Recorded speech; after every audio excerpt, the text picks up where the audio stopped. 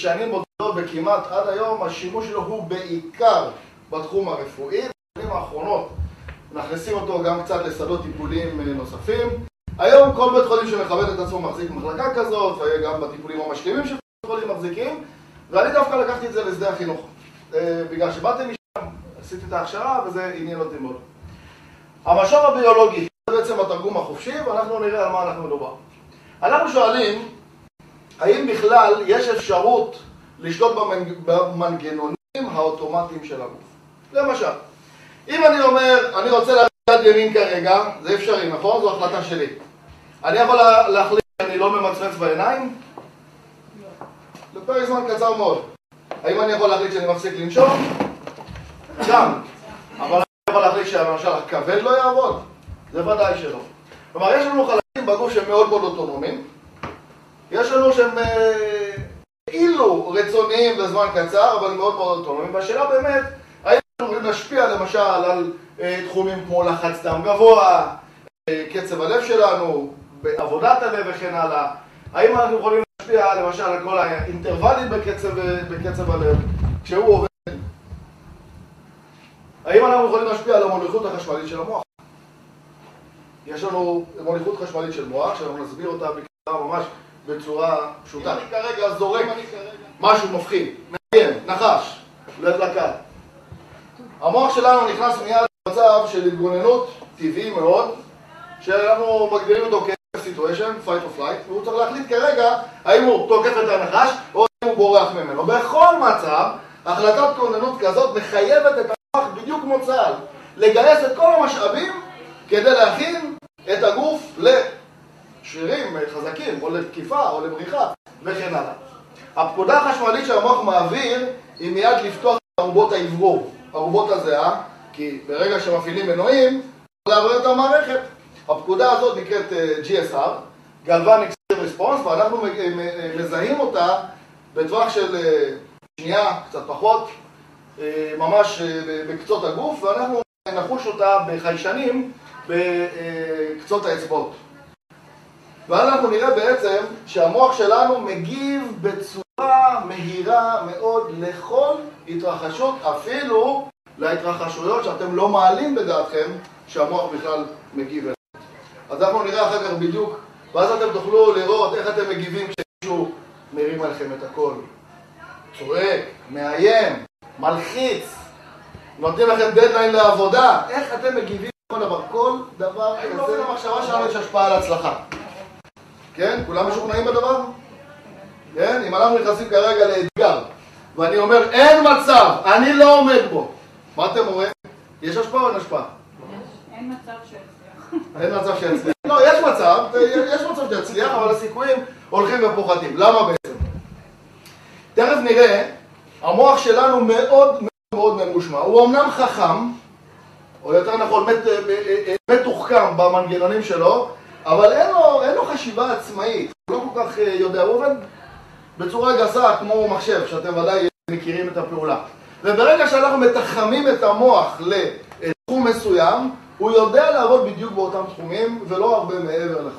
למשל, אם אני נכנס כרגע לאיזושהי משימה, ואני אומר משימה קשה מאוד, ואני אומר אין מצב שאני עובר את המשימה הזאת, המוח קיבל פקודה אוטומטית שיש כאן מצב שהוא יכול להיות בעייתי, ואז הוא מקצה את המשאבים הנורמליים בלבד.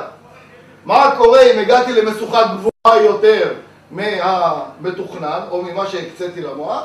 המוח אומר לא, זה כנראה מעבר ליכולותיי, והוא לא מגייס משאבים נוספים.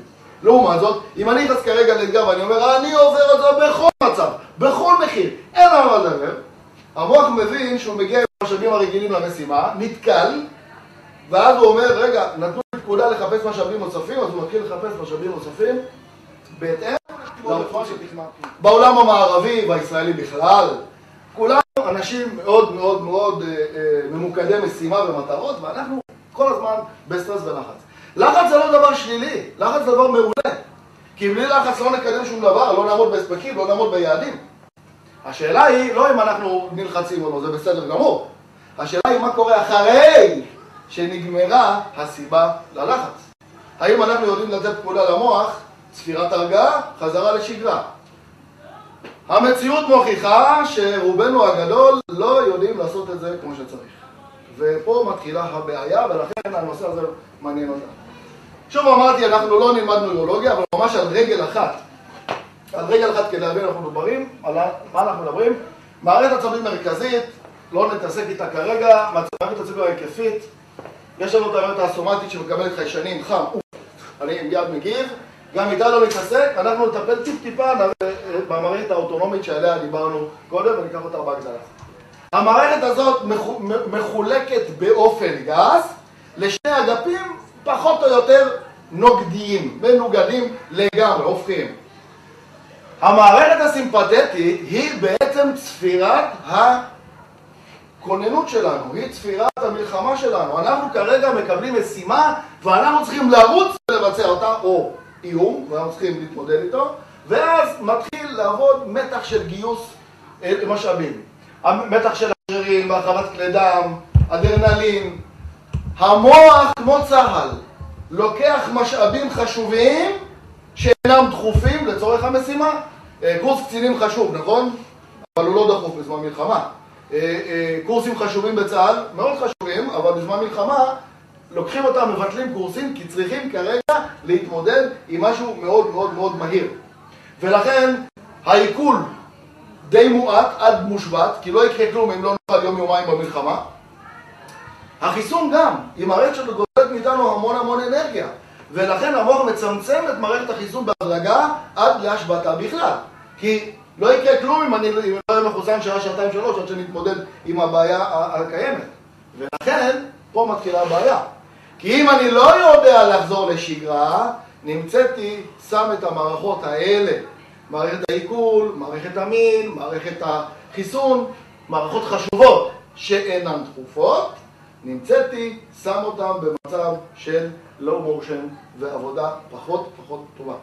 ממילא חלק גדול מהבעיות שאנחנו נתקלים בהן בחברה המערבית והבעיות הרפואיות הם פועל יוצא של סטרס, של לחץ בעבודה. ולכן כל החיים שלנו משתבשים כתוצאה מהדבר הזה.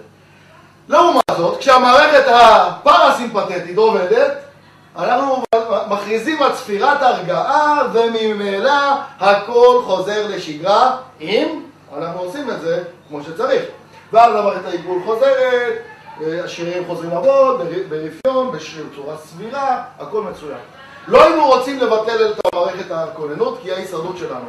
אנחנו רק צריכים לדעת לשלוט בה. וזה בעצם המשחק או המבחן שלנו כרגע בעבודת הביופידבק. כלומר, הביופידבק לא, הוא משמש גם כלי אבחוני. כלומר, אני יכול כרגע לקחת כל אחד ל-20 דקות ובאמצעות חיבור לחיישנים למכשירים לראות פחות או יותר איזה מין טיפוס את. כמה אתה מגיב לסטרס זה בסדר, כמה אתה יודע להשתחרר מסטרס. זה ייבחן. האם אנחנו חוזרים חזרה לשגרה או רק נרגעים בכאילו, אבל בעצם יוצרים איזשהו גרף של עלייה. ממילא נוכל לדעת איזה מין אב טיפוס אתה ולעזור ולדרגל בהתאם.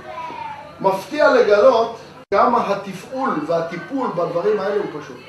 לפעמים אנחנו חושבים על טיפולים שם, אני יודע מה, באיזה ארץ רחוקה, במיליוני דולרים, ולא היא. מדובר על טכניקות פשוטות בתכלית, שנתרגל אותם היום, ומי שיהיה תלמיד טוב, יוכל לקחת את הדברים ולהשתמש בזה ממש בקלי קלות, באפס אנרגיות, כמעט, ולהפוך את עצמו לאדם אחר לגמרי, ממש. אתם תראו את זה, וכל מה שאני אומר נשמע נורא מונפץ ונורא רחוק, אבל אנחנו בחלק השני נראה את זה ממש אונליין מול מסך, ותראו איך אנחנו גם מגיבים למצבי לחץ וגם איך אנחנו מגיבים למצבי... מה קורה לנו ביום יום? אנחנו קמים בבוקר, עוד יום עבודה, לא ישנו מספיק, אנחנו עייפים, צריכים לטפל בילדים, ריצת בוקר, כל הסידורים, כל העניינים, ואנחנו מתחילים להגיע פקקים, אני לא עומד בזמן, מה אני אעשה? הבוס כועס, מה איחרת, מה פתאום, הלחץ עולה, ואנחנו מגיעים, ואז לחץ עבודה, תעשה את זה, נגמר עבודה, אנחנו ממש בסטרס רציני, באים בדרך, שומעים חדשות מרגיזות, מגיעים הביתה, הילד בא עם מכתב מבית ספר, לא נחמד, ואז כל סיר הלחץ של היום, משתחרר על האישה, על הבעל, על הילד, או על הראשון שנקרא בדרכנו. עד עכשיו אין לנו בעצם שליטה על המצב, כלומר, אלה חיינו, מה אנחנו נעשה? אנחנו נראה בעצם שאם אנחנו נלמד לאתר את טיפות הלחץ הראשונות שלנו ולתרגל את מה שאנחנו נלמד היום, אנחנו נוכל פשוט כל פעם להוריד רמות של סטרס, לעלות ולהוריד, כי הלחץ אכן מגביר, אבל אחר כך להוריד חזרה, ואז להגיע מאוזנים בסוף היום, ואם לא, אז נלמד איך לעשות את זה, כדי שבלילה נמצא לנו פינה שקטה, ממש לכמה דקות, ונוכל לעשות את הדברים שיורידו לנו את הדוגמה למשל של גרף אבחוני. אם הייתי לוקח כרגע כל אחד מכם לגרף אבחוני, זה נראה בערך כך. כאן יש לנו גרף של PTSD, שזה בעצם פוסט-טראומה סינדרום, שזה אנשים קצת יותר לחוצים מהרגיל. ויש לנו כאן גרף של אדם רגיל. בואו נראה מה ההבדל, הם נראים כמעט אותו דבר. האדם הזה, הלחצנו אותו, כרגע הוא קיבל איום מהבוס, הוא נלחץ, הוא ניסה להירגע, הוא רואה שיש רגיעה מסוימת, כן, הגרף יורד זה מערכת רגיעה יורדת, עובדת, ואז מלחיצים אותו בעוד משימה, והוא עולה, והוא נרגע אחר כך, ממש יפה. ורגע מלחיצים אותו, והוא שוב נרגע, מאוד נחמד. רק מה? הוא אף פעם לא מגיע לנקודת ההתחלה. הוא נלחץ הרבה, נרגע קצת, נלחץ הרבה, נרגע. הממוצע של הפיקים התחתונים שלו הוא ממוצע סטרס. זאת אומרת שהבן אדם הזה כרגע סוגר את היומית שלו עם מערכת חיסונית לקויה, עם מערכת עיכול פגומה, עם מערכת חיים משובשת. אם הבחור הזה ימשיך לעבוד כך יום יום עם עצמו, הוא יגיע למחוזות לא נחמדים ולא טובים, גם מבחינה בריאותית, גם מבחינה פסיכולוגית. מנגד יש לנו אדם שמגיע אותו דבר, שניהם מגיבים, שימו לב, הם מגיבים לאותו סטרס כמעט אותו דבר, זה גם אנשים נורמליים. אלא מה? הוא נלחץ, אבל אחר כך ידע להוריד חזרה, להרגיע את עצמו ולהוריד את הגרף, והוא שוב נלחץ ושוב ידע להוריד. בסך הכל הממוצע הוא סביר, אדם יכול לחיות במצב כזה באופן נורמלי. אותה מציאות, שני אנשים, תגובות שונות, בריאות שונה. אני אומר לכם עכשיו, יצרו עיניים לרגע, ממש לרגע, ותנסו לחשוב, רק בלי להסתכל כרגע, לעצור, כמה חפצים או דברים כחולים יש בחדר? מישהו יכול לדמיין? לומר לי? כן, תפקחו עיניים, פיקחו עיניים בבקשה ותחפשו עכשיו. כן, עכשיו תגידו לי, יש פער גדול במה שראינו לפני או אחרי? אבל, סליחה, הרי ראינו, נכנסנו לחדר כולנו, הסתכלנו, הסתובבנו, אנחנו רואים. אבל ברגע שאנחנו מבקשים המוח להתמקד בדבר מסוים, הוא עושה את העבודה יפה. וכשאנחנו לא מבקשים, או מבקשים שלא, אז הוא פשוט ממושמע. ולכן אם אני נכנס למשימה ואני אומר אין מצב, המוח יבין שאין מצב. אם אני נכנס למשימה ואני אומר אני לוקח את זה בגדול, המוח יבין שהוא חייב לגייס משאבים מכל מקום, מכל כיוון. וכשאומרים הכל בראש, אז הנה, מספיק